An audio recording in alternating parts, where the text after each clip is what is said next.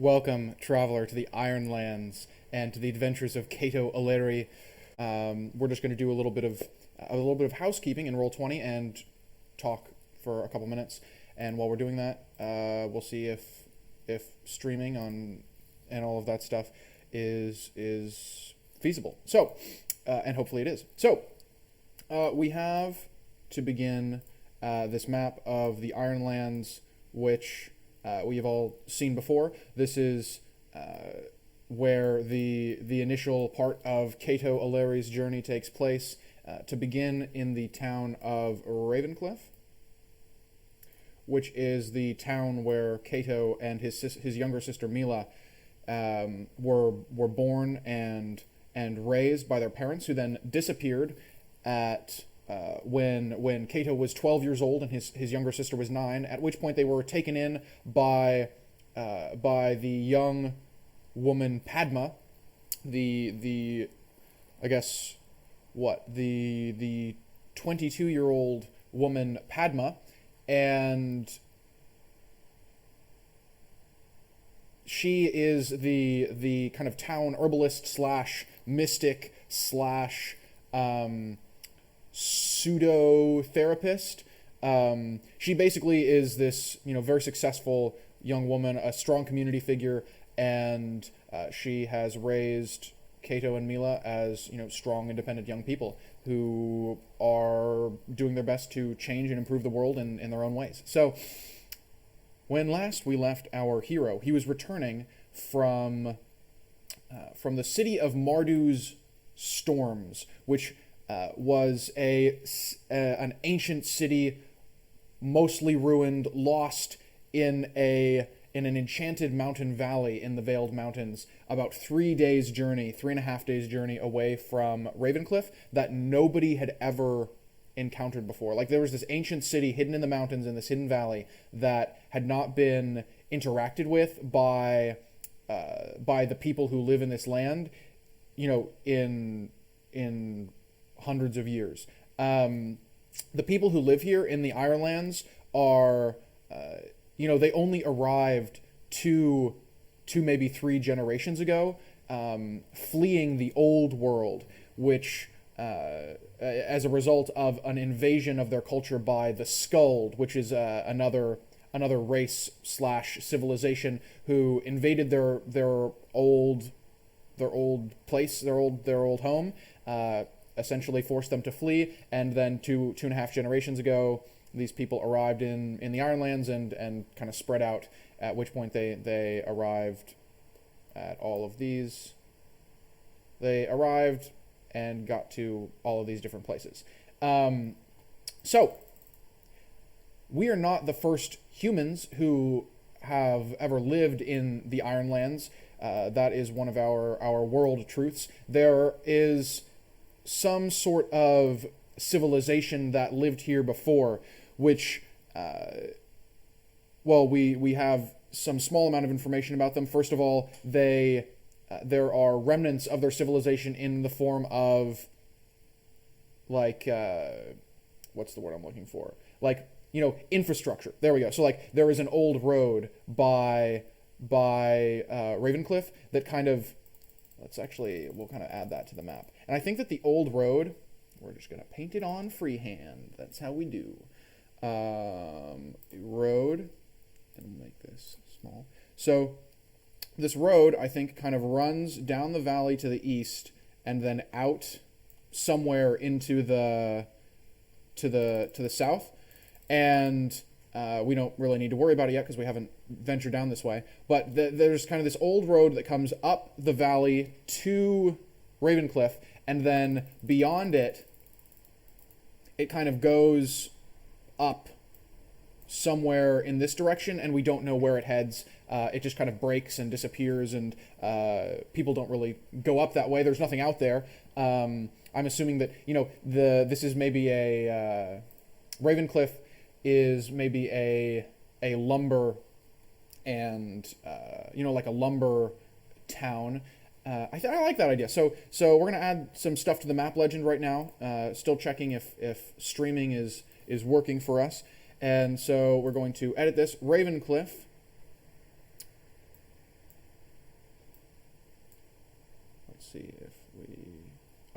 So, Ravencliff, settled beneath a massive, dark, raven-inhabited cliff. This settlement is surrounded by a large palisade made of roughly worked tree trunks. On the south side of town, a growing number of citizens pitch tents, throw up lean-tos and construct basic shelter in order to live near the priestess. The priestess is kind of the common name for Mila, Kato's younger sister, who is kind of an up-and-coming religious leader in this area, and for the past year or so, she has been in Ravencliff preaching her new faith, and people are now starting to kind of flock to her cause. So we want to add Ravencliff.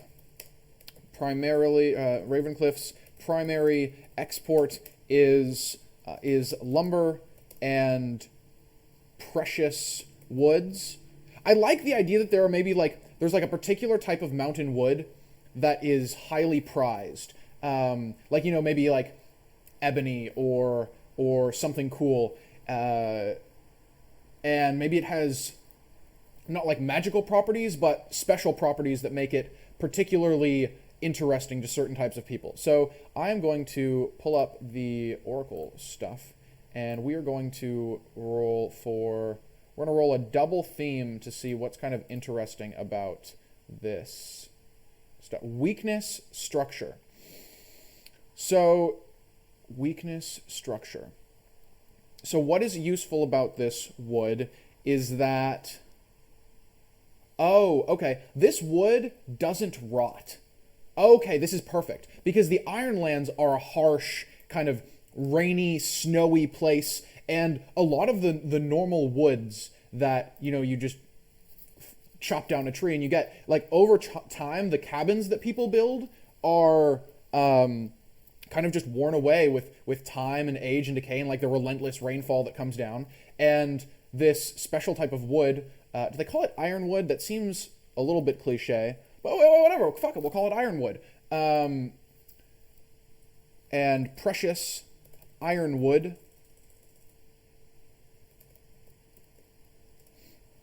And so maybe people who are particularly wealthy or who are investing heavily in their home, or maybe even in the case of some people in an entire very wealthy town, will have their roofs built of ironwood or other important features of their buildings, so that because the wood is for some reason it doesn't wear away under the relentless onslaught of the Ironlands weather. So blah blah blah. Ravencliff's primary export is lumber and the precious ironwood that flourishes in what was the valley that we decided, what was it called? I know we had a name for it.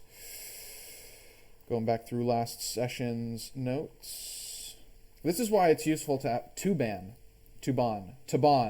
that flourishes in the Tuban, which is what they call this kind of valley here that goes down into the other area beneath, to the south of them, the hinterlands. So, edit. Crap! Gotta save changes. What a silly mistake. Blah blah blah. And live near the priestess. Ravencliff's primary export is lumber and the precious wood and the precious material known as ironwood, which is harvested from the tree from groves that flourish in the Tuban. Yeah, okay. So the Tuban is kind of the valley that leads up to the Ravencliff settlement, and then also we're going to add to our map legend number 2, which is right here, which is the lost city of Martu's Storms. And we have a bond with Ravencliff, so I'm going to add an asterisk there. But lost city of Martu's Storms, hidden for centuries in an enchanted valley. The city of Martu's Storms was named for a long forgotten storm deity.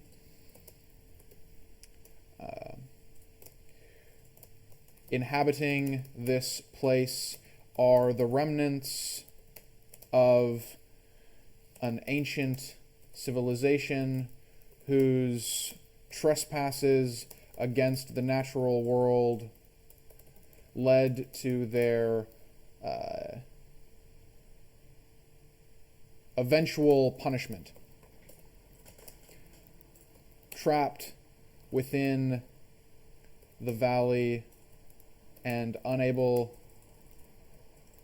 to escape, the people, the broken within, eventually decided that the only way out was to consecrate a piece of ground and replant the soul tree, the symbol of their long broken pact with nature. Okay, so in our last adventure, we journeyed to the lost city of Martu's Storms, where Kato retrieved actually the heart of the soul tree from one of the broken priests, and he has now returned, with this, we said it was the size of a cantaloupe. So with this cantaloupe-sized seed in his pack, he has returned to Ravencliff and is now ready for the next step of his adventure. So streaming seems to be working so far. So I think that what we're going to do is we're going to hop right in. I'm actually going to pull up my phone, check on my phone really quick to make sure that everything is working well in Twitch. Cool. And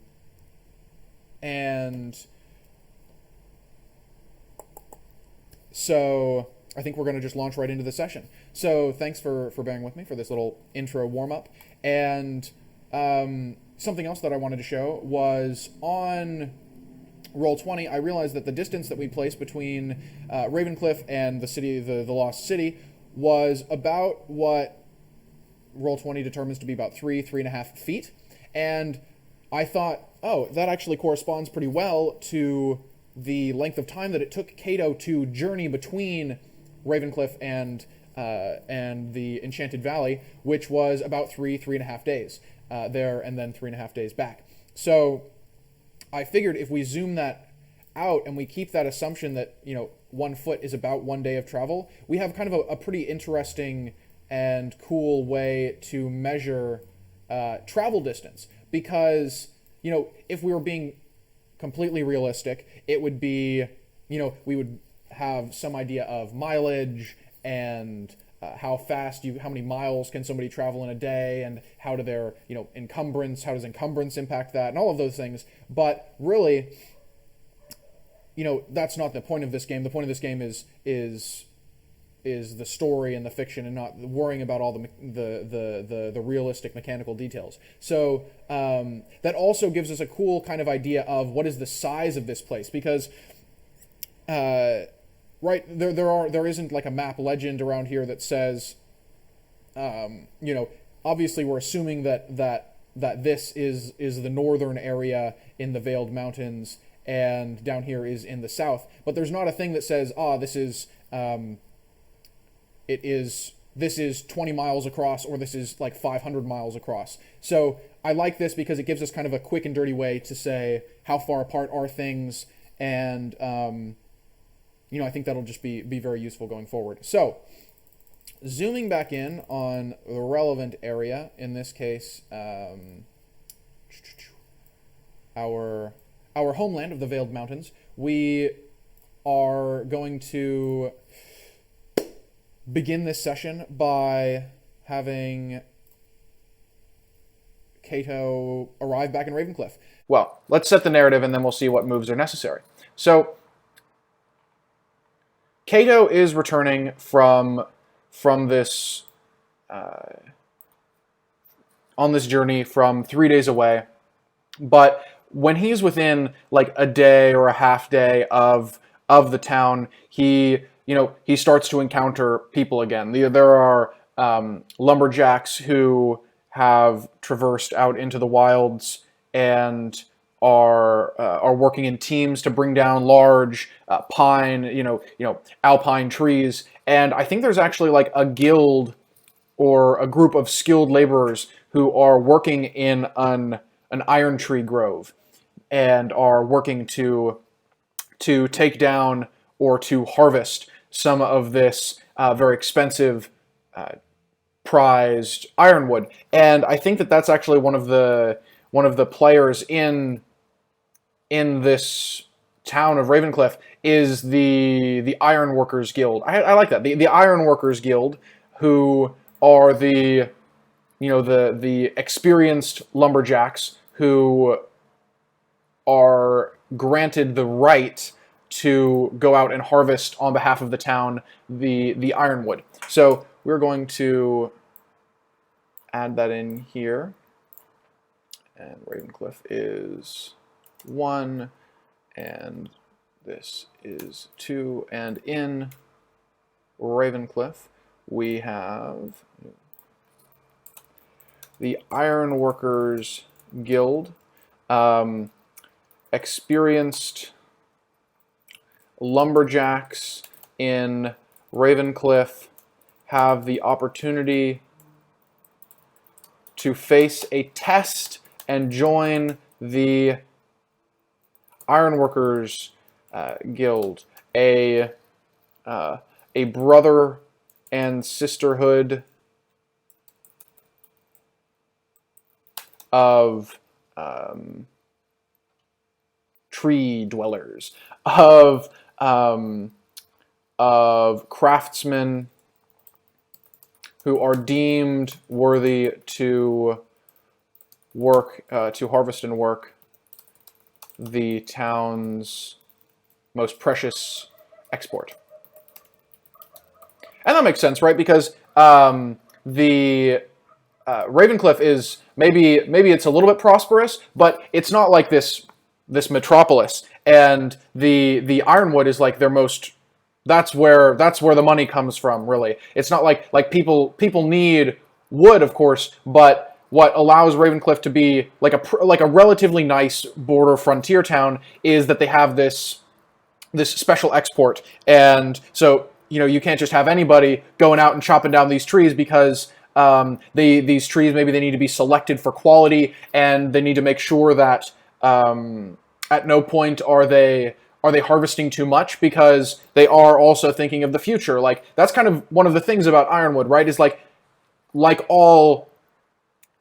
many expensive materials or possessions, it's like an investment, right? So the town recognizes that they need the mindset of using and of purchasing ironwood has also kind of seeped into the culture of Ravencliff, right? Like, people who are buying ironwood are investing in their future because they know that even though they pay a high upfront cost for this wood, they are preventing themselves from having to like rebuild their house later when it decays and like a storm like makes their house, like floods their house, or their family home rots and a wall collapses or whatever. So it's it's kind of like investing in solar panels.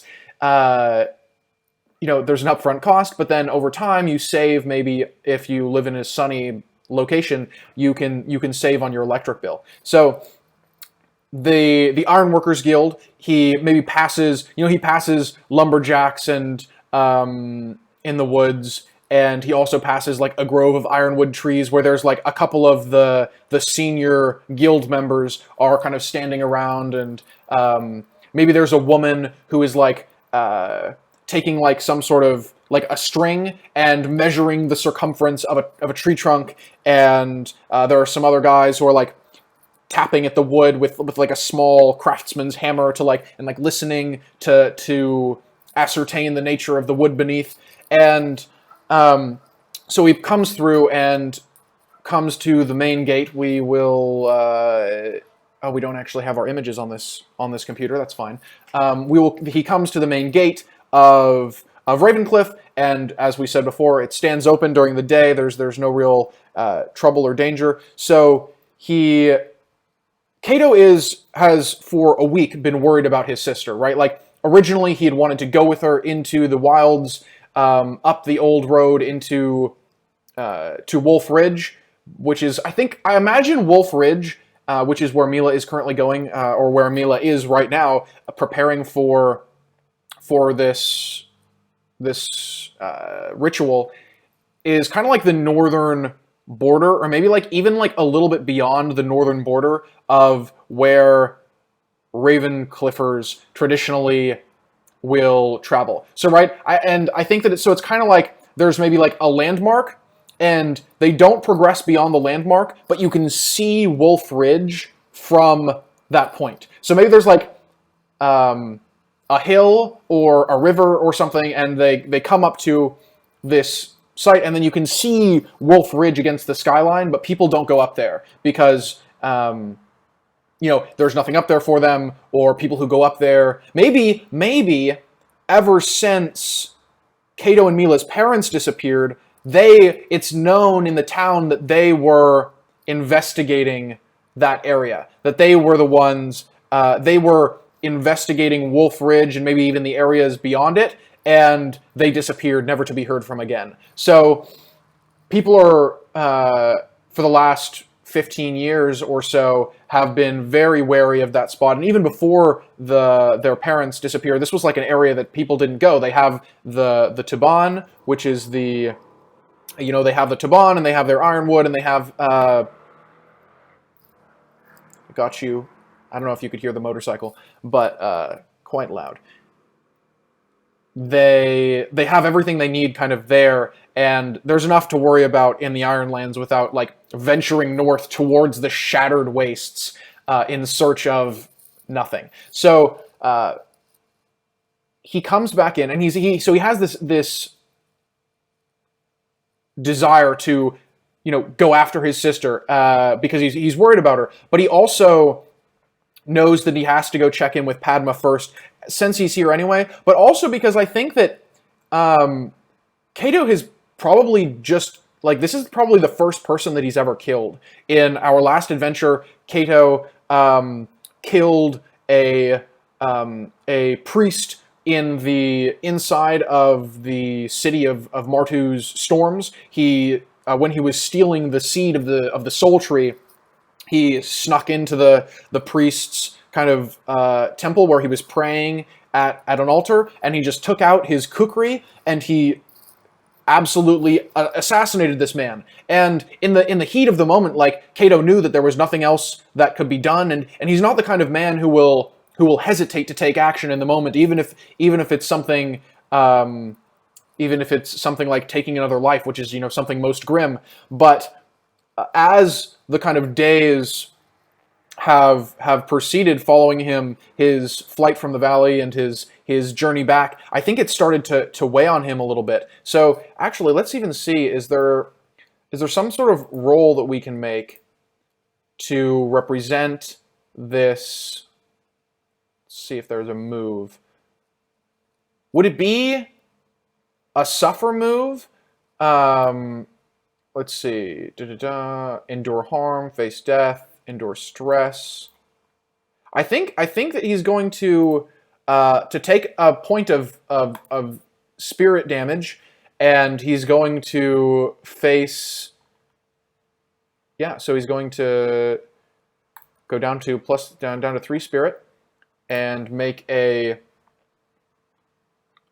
endure stress move. So when you face mental shock or despair, suffer minus spirit equal to your foe's rank or appropriate to the situation. If your spirit is 0, blah, blah, okay, then roll spirit or heart, whichever is higher. So my heart is 1, so my spirit is still higher even at +3. So we will roll spirit before he arrives with no modifiers.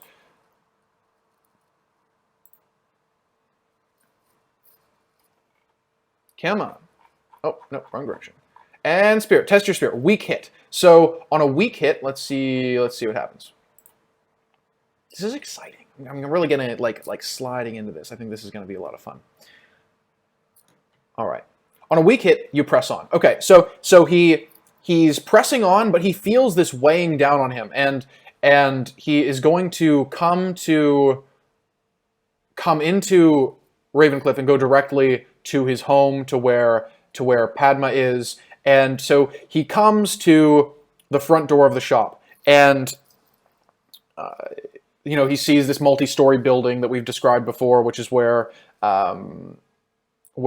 Padma lives. And on the first floor, she has like her herbalist shop, and in the next room is where she kind of goes, where people come, and she kind of does her therapizing, where she receives people, and it's like a nicely furnished sitting area, basically, with a staircase up to the next level, where there are other rooms like Mila and Kato's bedroom.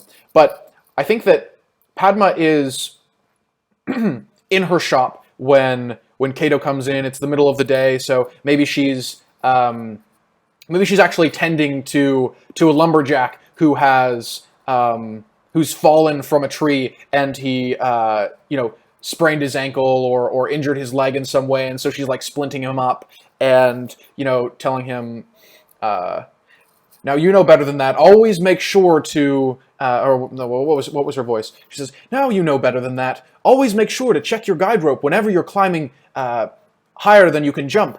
And the man, kind of like this, I'm imagining like this big bearded lumberjack fellow, with, instead of like flannel, he has like some leathers on, and maybe like a short cape around his shoulders. And he's like this big, intimidating dude. But when Padma is kind of remonstrating him, admonishing him, he is kind of a little bit sheepish. Like, yeah, I know, I should have known better, but I was hasty and I was blah, blah, and kind of like a younger person being being like scolded a little bit, but in a loving way. So she comes in, and she glances up when the door opens, and kind of a waft of cold air blows in, and Kato walks in with kind of his dark clothes, and maybe the wind flaps at his cloak a little bit, and she glances up and she sees him, and immediately I think she can tell that something is a little bit up, right? Like he has like an expression that's a little bit more grim than usual. Like Kato's a pretty grim guy, like he is a little bit gloomy and dark of thought in general, but he has a set about his face that is particularly troubling to her. And so she says, stay right here for a moment. Don't move too much. And she comes to Kato, and like, I think she comes in like he's expecting to just kind of say hello, but she like embraces him, and then very quickly also steps back and says, I was worried about you. And he responds, I understand. And she says, I know that you and your sister are going out into the world now, and I just have to understand that, but I do care for you both very deeply, and I was worried when you did not return immediately. And Kato says, I was delayed a day in the mountains. And when he says this, I think she understands that like this is the thing that is bothering him so much. So she tells him, wait for me in the sitting room, and she gestures over at the doorway and says, and put on a pot of tea while you're at it. And Kato kind of, maybe he even chuckles a little bit at that, because like having a nice herbal tea is like Padma's go-to thing when somebody's like stressed. And so he goes and he puts on a pot of tea, and Padma goes back to the lumberjack and fixes him up, and maybe cuffs him gently on the head, like, come on, you dolt, and kicks him out. And he kind of says,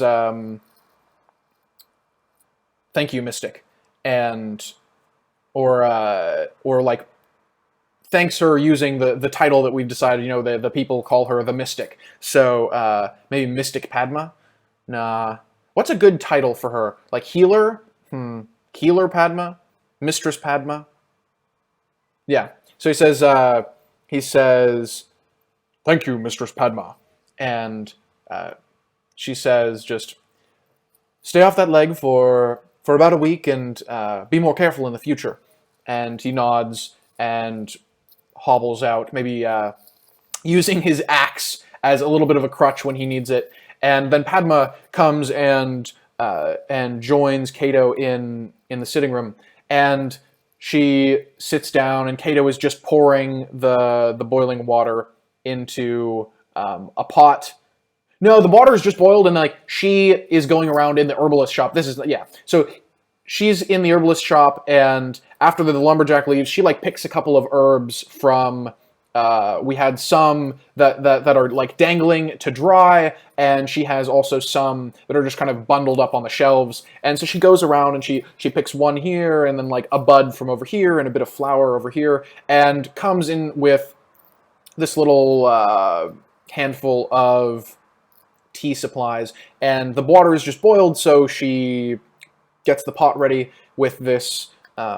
With these herbs, and then pours the drink while Kato kind of sinks down into one of the chairs, and maybe he rubs his face a little bit and leans forward and slumps. Like he's pretty tired. Like staying in the wilderness for a week is no picnic. Like even if you've ever been camping, like going out and sleeping on the floor and like on the ground is not the most comfortable experience, right? Like, it's, of course, very doable. Humans did it for thousands of years, tens of thousands of years. We fucking slept on the floor. But there's a big difference between sleeping out in the wilderness and sleeping on a bed. And so he's kind of just tired and a little bit achy, and he has this weight on his mind. And Padma sits down in front of him, and she kind of adopts her expression. There's kind of like an attentive listening, like I'm listening expression, and she leans forward and says, now, tell me everything. And Kato hesitates for a moment, and he takes a sip of his tea, and he's holding it in two hands, and then he launches into it. And I want to see if we can make like a move here, like maybe a sojourn, to like, Padma is trying to help Kato to feel better, to prepare him emotionally and mentally to journey out into the mountains again. And like Kato has this vow, right, to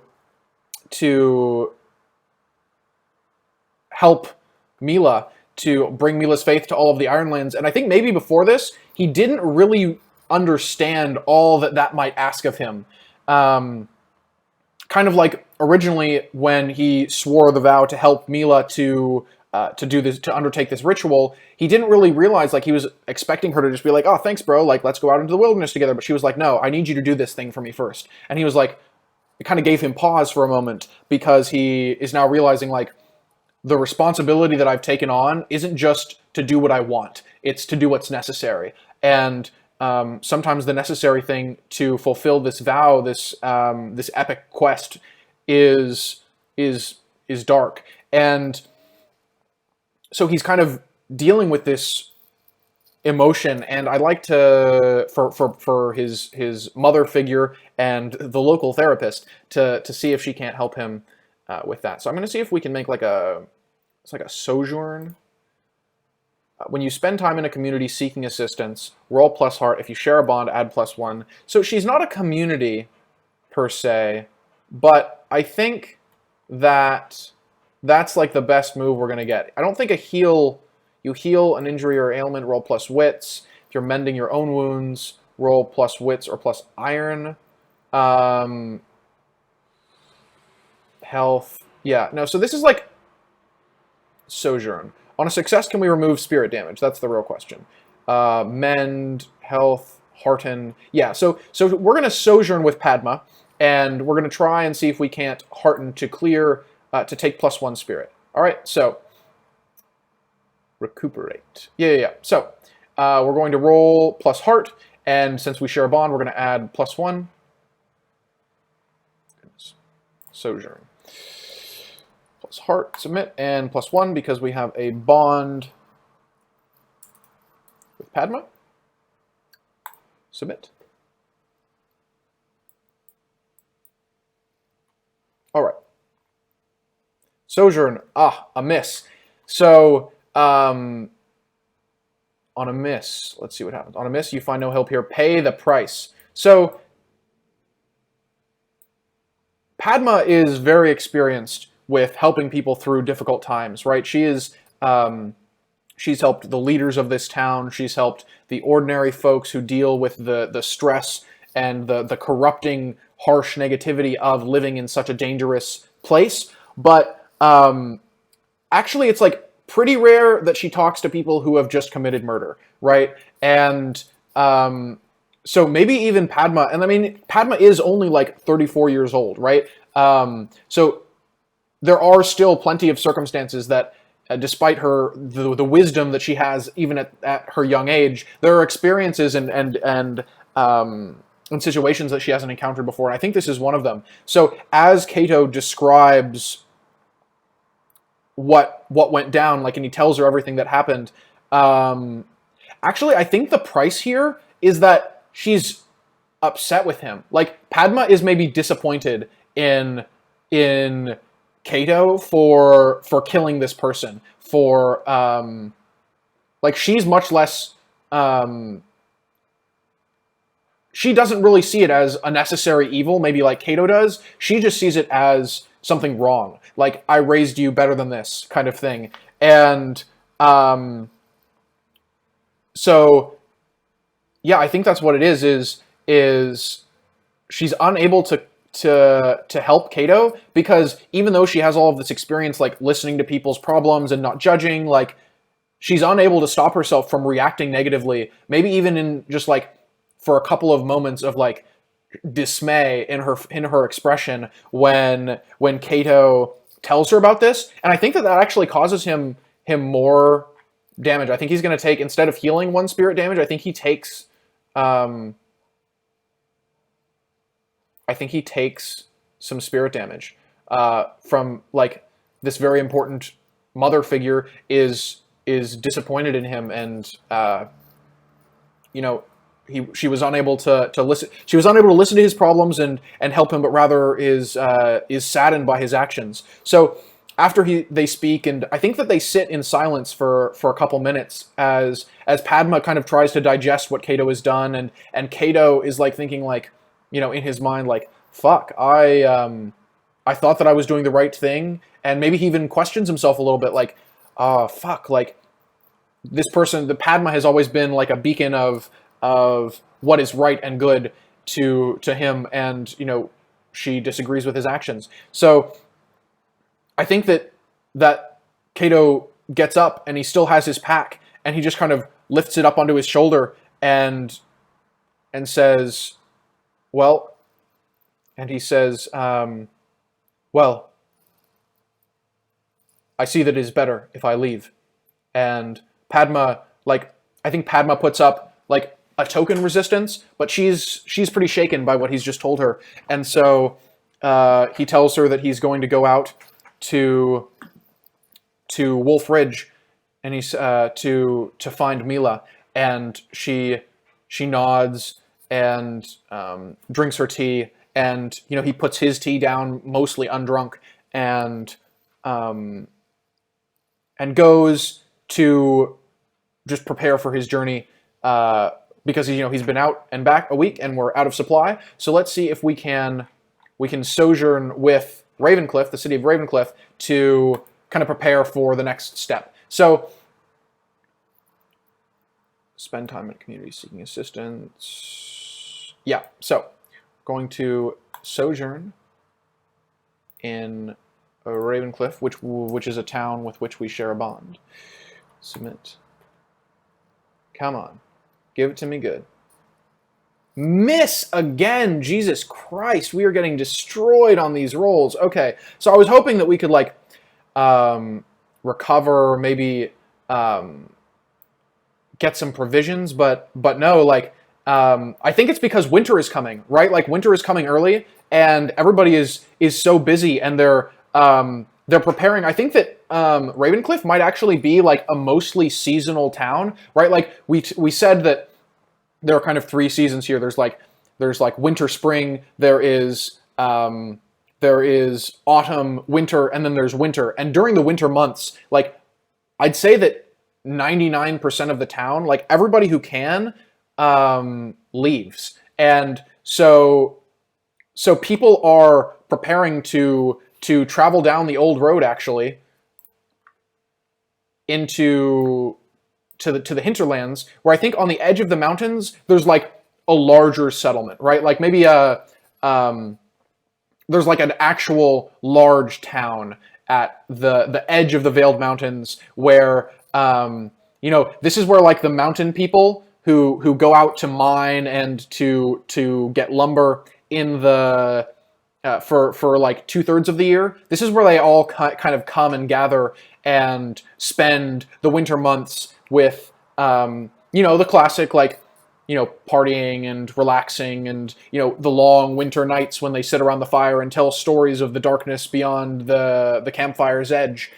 And so people are preparing for that, and they just don't really have time to help him, even though he's like a son of the community. They're just too busy, and they're conserving their resources. And he goes maybe to the general store or the general supplier, and maybe they aren't there, or they're too busy to help him, and so Kato is unable to resupply before he heads out into the wilderness again to go find his sister. So I think that is a little bit disheartening to Kato, and I think it's late afternoon at this point, but he doesn't want to spend the night in town, like because he knows that he would then have to go back to Padma's home, and not only would he be there with a woman who he feels is disappointed in him, and there's a tension there, but he's also going to be there without his sister, and he's still very worried about her. So I think with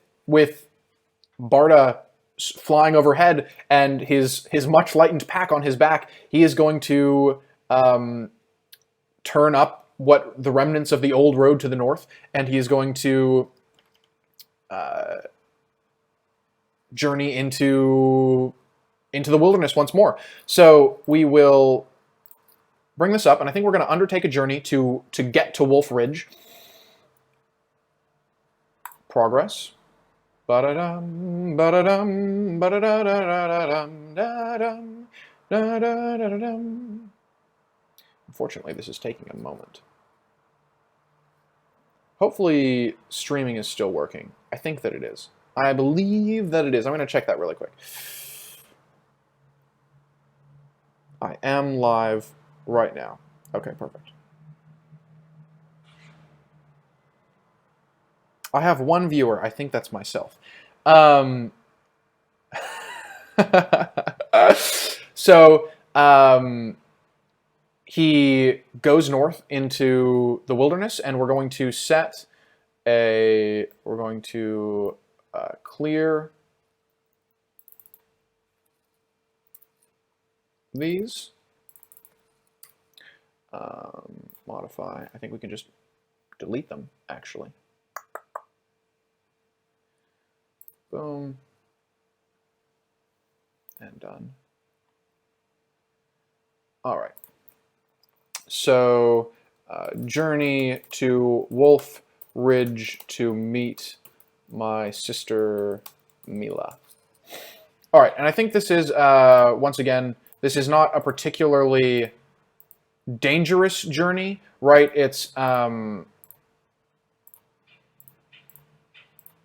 It's mostly area that has been already relatively well traveled. He's probably been up this way before, similar to when he was journeying out into the Tuban to wait for a sign. So this is a troublesome journey, and so he's just gonna undertake a journey move. And this is probably the first night as he kind of treks out into the wilderness, and he maybe pushes himself a little bit more than he normally would. Like normally he would probably stop 4 45 minutes, an hour before dark to find a campsite and to set things up. But he's like feeling this like darkness inside of him that's like maybe not maybe he's not even conscious of it, but it's like this inner wound that is bothering him is kind of manifesting itself as worry for his sister. So he is pushing himself to the limit to see, like, I want to get to her as soon as possible.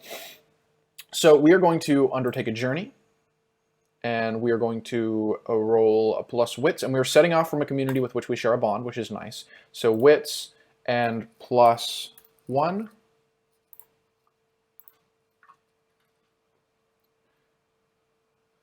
Don't give me a miss again. Oh, thank God, a strong hit. Okay, so on a strong hit, you reach a waypoint, so we'll mark progress. And since it's a troublesome journey, we can mark 3 progress. And we will also... You make good use of your resources, mark progress, or you move at speed, mark progress, and take +1 momentum, but suffer -1 supply. So I think that even though we have... we're down to 2 supply, I think that, you know, Kato pushing himself is represented by him using that supply and taking +1 momentum. So that's what that is. And so Kato rests the night. He is probably about, I think the journey up to Wolf Ridge is shorter than the journey to, I mean, I'm imagining it being, we can actually just use our handy dandy thing here. I'm imagining Wolf Ridge being like out here, like on this like final mountain situation. And so let's just see how far away is it from here. So yeah, so it's like 2.5 days away, whereas the other one was 3.5 days. So the first kind of half-day journey, he gets out into the wilderness. He makes camp for the night in a fireless camp. He maybe huddles up against a tree and kind of wraps himself in his cloak.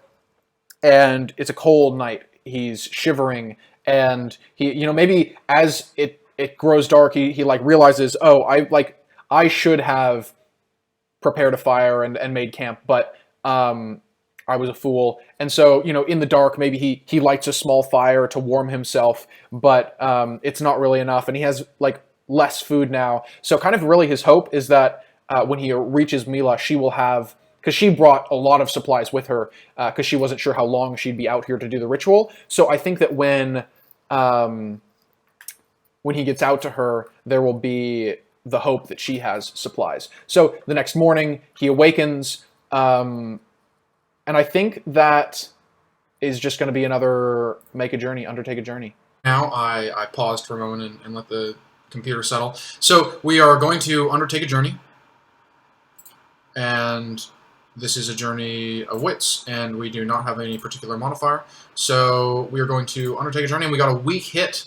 Yep, you can see we got a weak hit. And so that means that, you know, we are going to mark progress. I don't think we move at speed today because we just don't have the supplies, and Kato is conserving his strength. After pushing himself yesterday, he recognizes, you know, the danger of journeying out into the wilderness without supplies. So I think that we're just going to mark our 3 progress points here, and that will represent the kind of maybe the second day, like the second day and a half of travel, where they get to the point where Wolf Ridge can be seen in the distance, and now he needs to go up like beyond the edge of the traveled lands and find his sister up in this Wolf Ridge area. So I think that Wolf Ridge is the edge of the skyline that people don't know really. People don't look beyond Wolf Ridge. So the old road, he followed it for maybe a day and a half, Kato did, and then it kind of broke and scattered, and now there are occasionally like large flat stones in the ground that look like maybe they were once a part of the road, but the rest have been scattered and sundered by time, and so there's no real way to say. But I think that he comes to a hilltop, and then there's like a steep decline and then a broad, shallow river. And this river kind of runs across stones, and maybe there's like a bit of sandy beach on either side, like the kind of beach you find in like the northwest USA or Canada, where it's not like, you know, Bahamas or Hawaii, like yellow sand, but it's kind of more gritty and pebbly and dark. And so there are these beaches on either side, and then up beyond is this thickly wooded ridgeline that kind of rises and goes to the...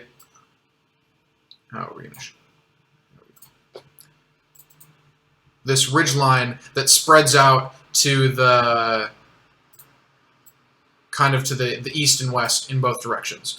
So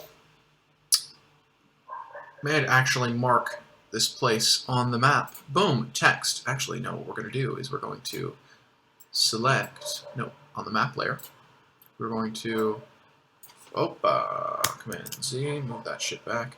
We're going to copy your boy up here, area 3, and in our journal, we're going to map legend,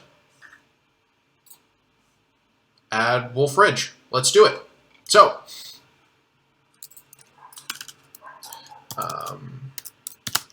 Wolf Ridge.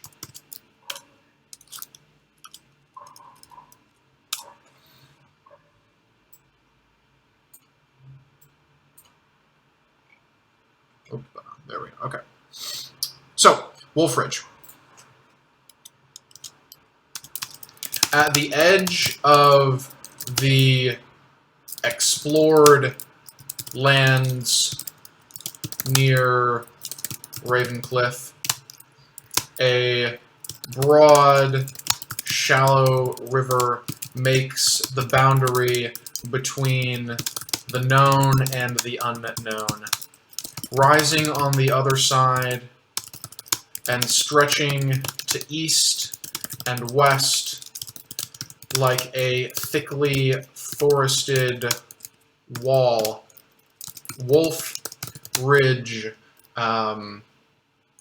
is the final boundary between the frontier of civilization and the unknown savagery that lurks beyond. Okay, so we are going to make now, I think, a roll to see if Kato can maybe track down his sister using maybe gather information. Could we secure an advantage, perhaps, by assess the situation, make preparations, or attempt to gain advantage? So, okay, I think that we're going to assess the situation. We're going to maybe send... I think that we're going to send Barda out. So Kato is going to... He stands on this hill overlooking the river, and he... maybe he calls Barda down to him. Like, Barda flies overhead usually, and he makes like a raven call, and Barda hears it high above and swoops down and lands on a tree nearby, and Kato looks up at him and says, "Barda, can you find Mila for me?" And the raven cocks his head, and Barda says, or excuse me, and Kato says, "I've been growing more and more worried for her every day." And the raven kind of shuffles a little bit. "Go, bird." And the bird, like, raven noises at him and flutters off. And so as the bird kind of goes out to scan the area, Kato shoulders his pack once more and makes his careful way down to this stream. So I think we're going to gather information using speed, agility, and precision, no. Using charm, loyalty, and courage, no. With aggressive action, no. With deception, stealth, or trickery, no. With expertise, insight, or observation. Okay, so plus wits. Do we get anything from using the bird? I think that's probably like another knowing when you face death, diligent when you're... Yeah. So And he has +2 health right now. Shadowglaw... Yeah, I don't think any of these are particularly helpful right now. So we're going to make the secure advantage using wits.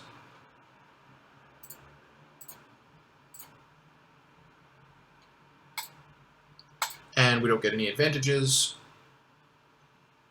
Okay, so let's make sure that secure advantage using wits. Okay, submit and nothing. Okay, so we get a strong hit. Excellent. So on a strong hit, you gain advantage. Choose one. Take control. Make another move now. Not a progress move, and add +1. Or prepare to act. Take +2 momentum. So I think we're taking control. I think that we're going to get we're going to make another move, and we're going to add +1, and that is going to be an undertake a journey move because Barda, like, as Kato comes down and he crosses the stream, and he, like, very swiftly, he fords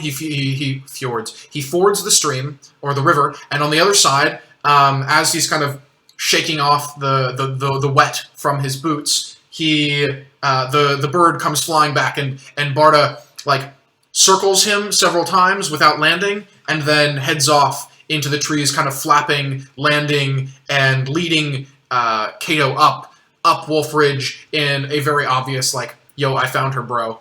Follow me. So we're going to undertake a journey using wits, and we're going to add a +1.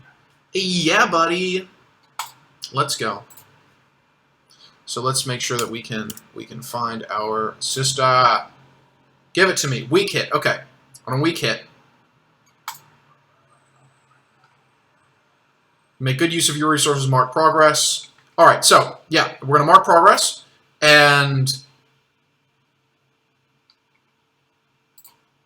boom, boom, boom, and then we are going to test our progress to see what happens when we find her. Weak hit.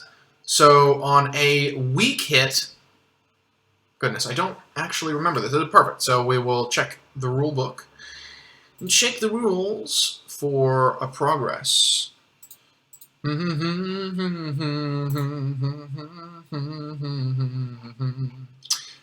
Moves, making progress moves. There are 4 moves. Reach your destination. Oh, okay, perfect. There's a reach your destination move, which I did not remember. So, moves. And this is good because the rules are just on the screen. Relationship moves, threat moves, failure moves. Progress move. Where are progress move? Quest moves? Reach your destination. There we go. No, that's reach a milestone. What? Oh, I guess it's not in here. So, we will just simply have to read it. There are 4 progress moves. Reach your destination, page 68. Okay, yeah, so we reach our destination.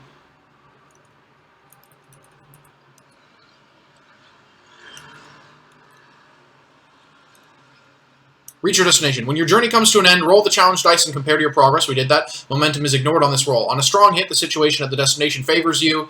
On a weak hit, you arrive, but face an unforeseen hazard or complication. Envision what you find. Okay, so we arrive. We find Mila. So that part of the... Oh, goodness. There we go. We find Mila. That part of the journey is at an end. But there is a complication. So we're going to roll on the Oracle table to see what the complication might be. Are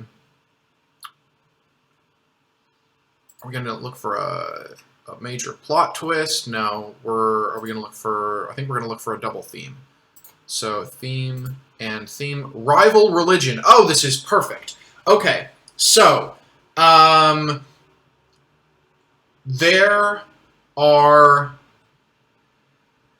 other people in the mountains, at Wolf Ridge, at the same time, at this place, and maybe it's people that we didn't expect to find. Like, we didn't know that, like, as word of Mila's religion spread, like, there are other religious groups in the area. Well, because religion is kind of not a thing in this area, so that doesn't really...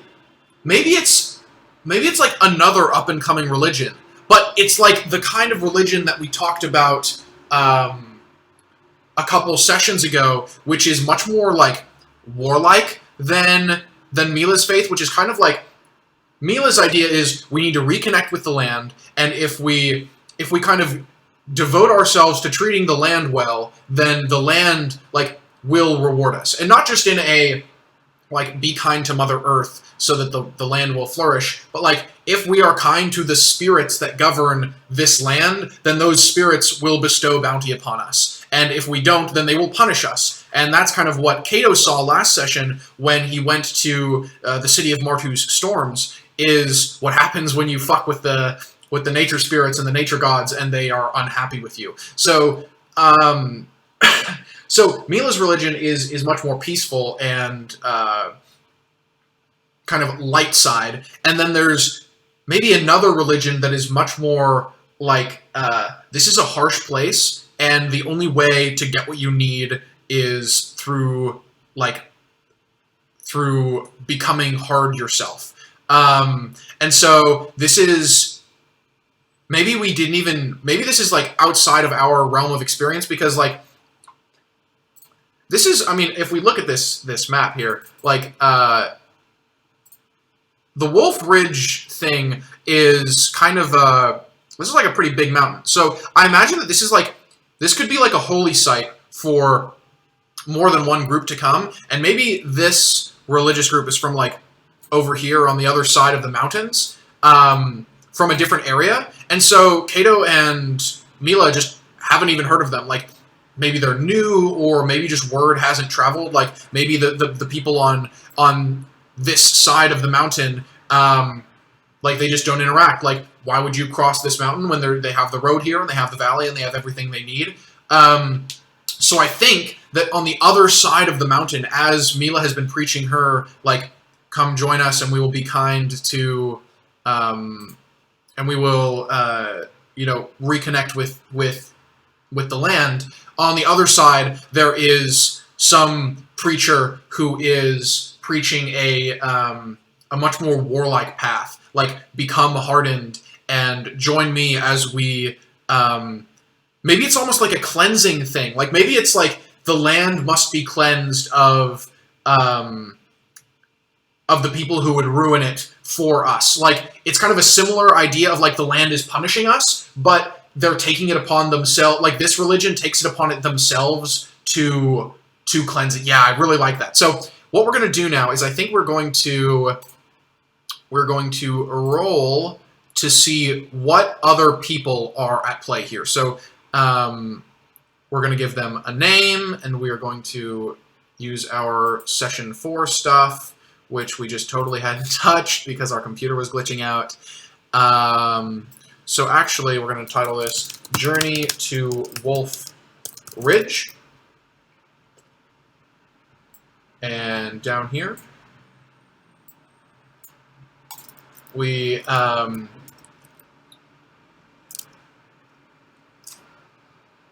upon arrival at Wolf Ridge, Kato and Barda find Mila, but they also find something they never expected.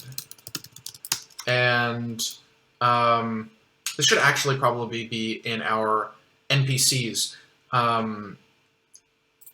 So maybe the session note is not something that I want to do, but worth experimenting with. So, okay. Our truths. All right. We're going to add this under our truths because this is kind of like a lore world building thing. And this would be under communities, no.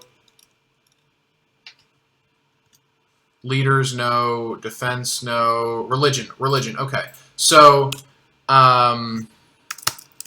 there's Mila's faith, which we still haven't named, and there is another religion, and we're going to give this one a name. Oracle. Do we want Delve Oracles? Do we want a cool name from there? Let's see. I like format. Let's see.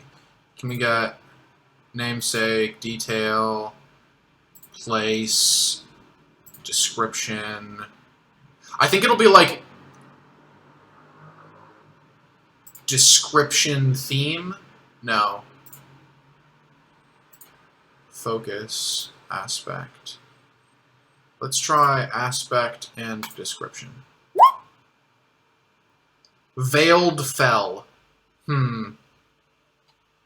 Let's say... So these people, their religion is called... they're called the Veiled Fallen.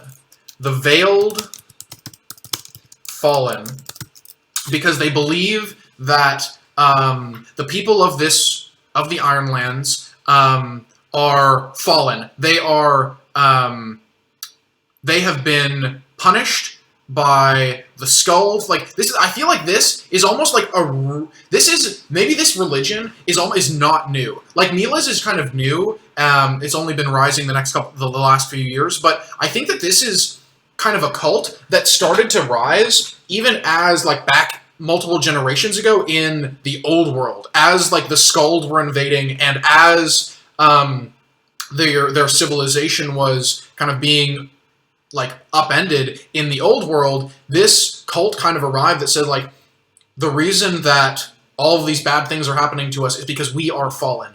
And I like that. Okay, so the Veiled Fallen.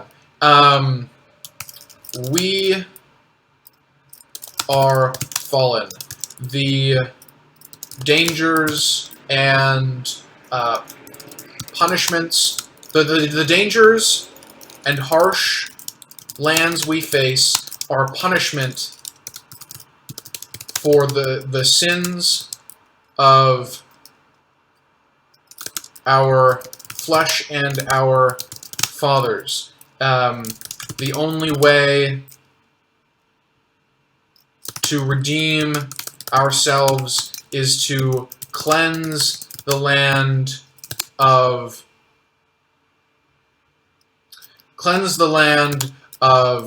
the corrupted infidels and spread knowledge of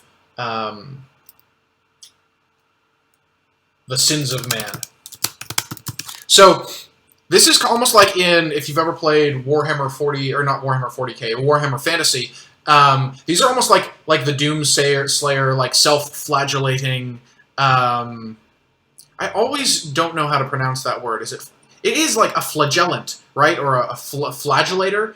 The problem is that it sounds like the word flatulate, which means to fart. So it's kind of hard to take seriously. But these are kind of like the people, right, who would be wandering the land and like maybe they wear veils and or like masks in some way to like hide the shame of their sin, and their belief is that the only way to save themselves and to save the people is through this kind of cleansing. And I think that cleansing means basically genocide. Like, join us or die. And maybe purely by coincidence, maybe by intention, they wound up at Wolfridge at the same time as Mila.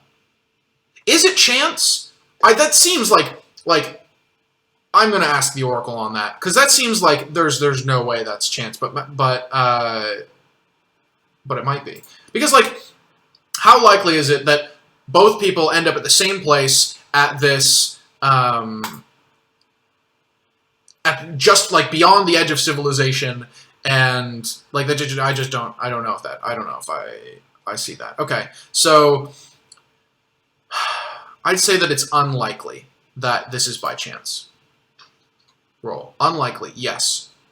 On a match and extreme results. So, was it chance?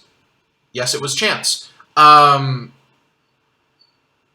so it was chance. What were they doing out here then what were the Veiled Fallen doing out here if they weren't coming to like stop Mila from like spreading the corrupting influence of her religion, right? Because they would see her religion as like a threat to theirs, almost definitely, and almost like maybe like an even greater sin of like trying to corrupt people further by spreading false belief. So we are going to make an action and a theme. Like, what are these people doing out here?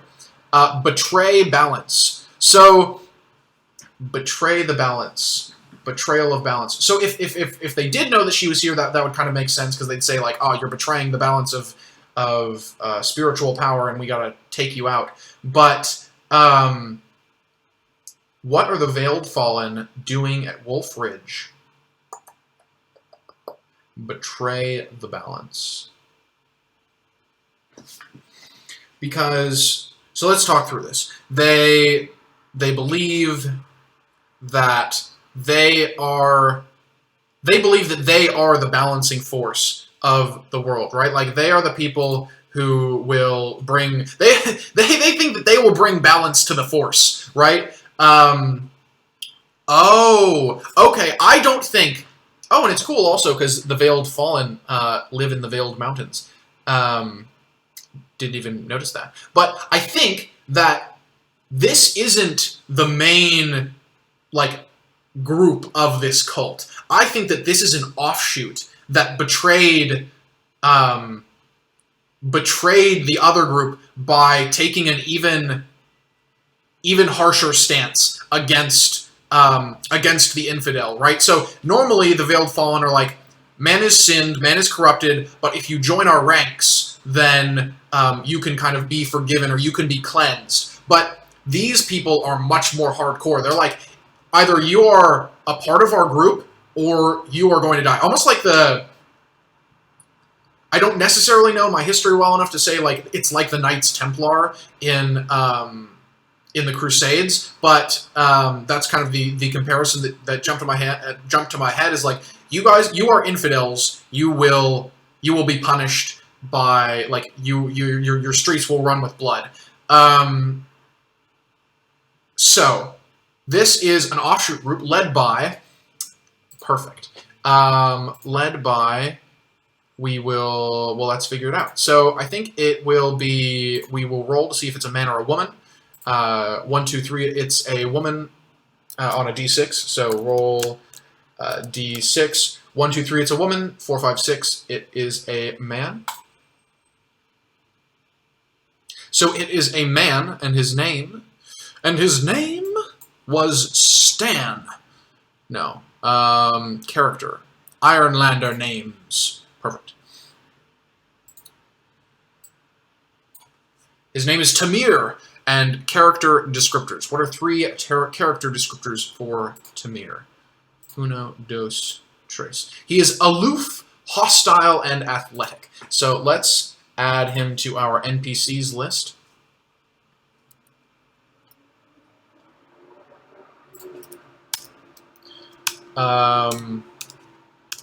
He is not, we do not share a bond with him, so he doesn't get that.